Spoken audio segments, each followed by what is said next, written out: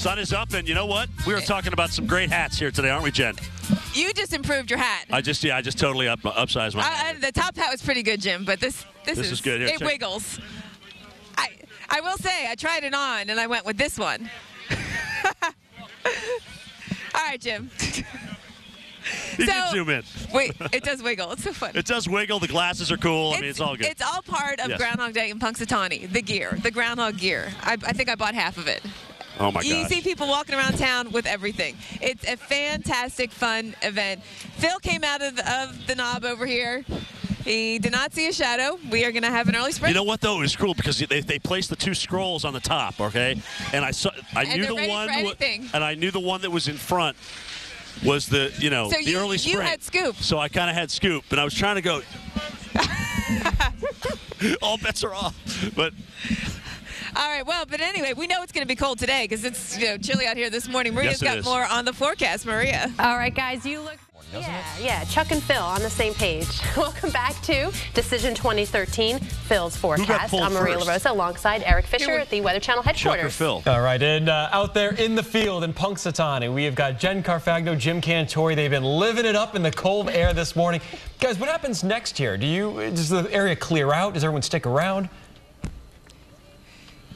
Next year? Next year? No, right now. I don't think we're going to wait till next year. Yeah.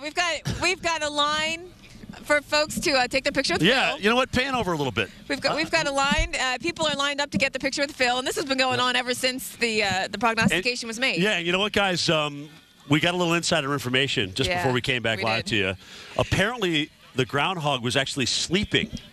They had to wake him up to get out. Well, I mean, but when you think about all the noise, the dancing, the fireworks, that's amazing. Phil has a busy schedule. Oh, is that what it is? He had to attend I knew it was 5 weddings. Because, Jim, did you know that a popular thing to do in Punxsutawney on Groundhog Day is get married?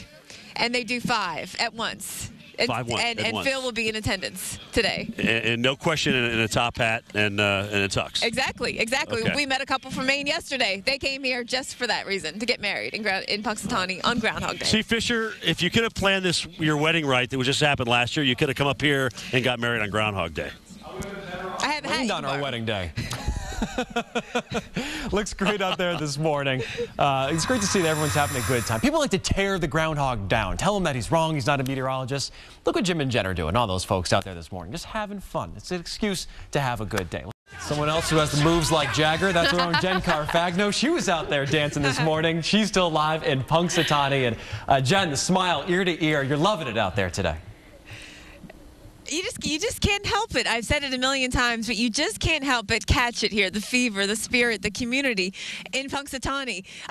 We were dancing, and it was to keep warm, and they put on a great show to keep you entertained because, for everyone to get here, it does take a while to move thousands and tens of thousands of people through town to get here. So the entertainment is fantastic, but it's just it's contagious. Everyone having a fantastic time, and it's just good, clean, genuine fun. That's what this whole event is about. And when I've talked to members of the Inner Circle, members in town, they all have the same line, which is there's a lot of important days and things in life, but Groundhog Day is not one of them. It's just about fun.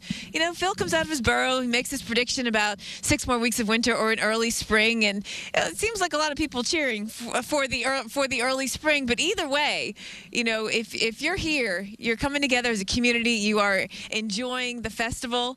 The service in this community is amazing, and that continues to live on even beyond what happens here today. We were here with temperatures in the low teens, single digits. It felt like it was below 0. There was some light snow falling throughout the morning here. No accumulating snowfall, just flurries, really. The mood snow, as Eric likes to call it.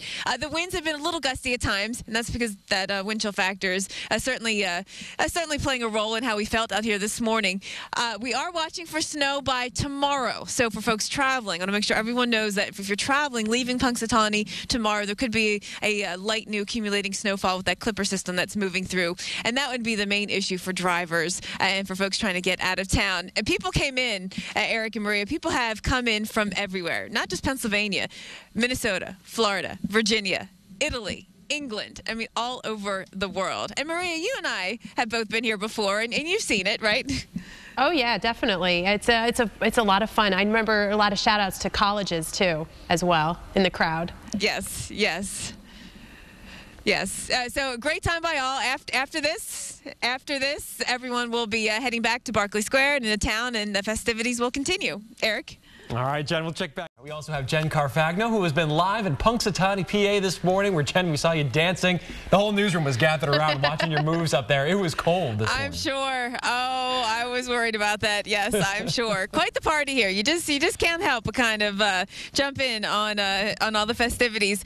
Really, I mean, this whole thing is just about coming together for no real reason other than to see what a groundhog has to say about early spring or 6 more weeks of winter. It's just about a reason to get together, and it's amazing and fascinating to me that you've got tens of thousands of people from not just in the state, the country, but all over the world that come to Punxsutawney to be with Phil when he comes out of his burrow to prognosticate on the future of the season.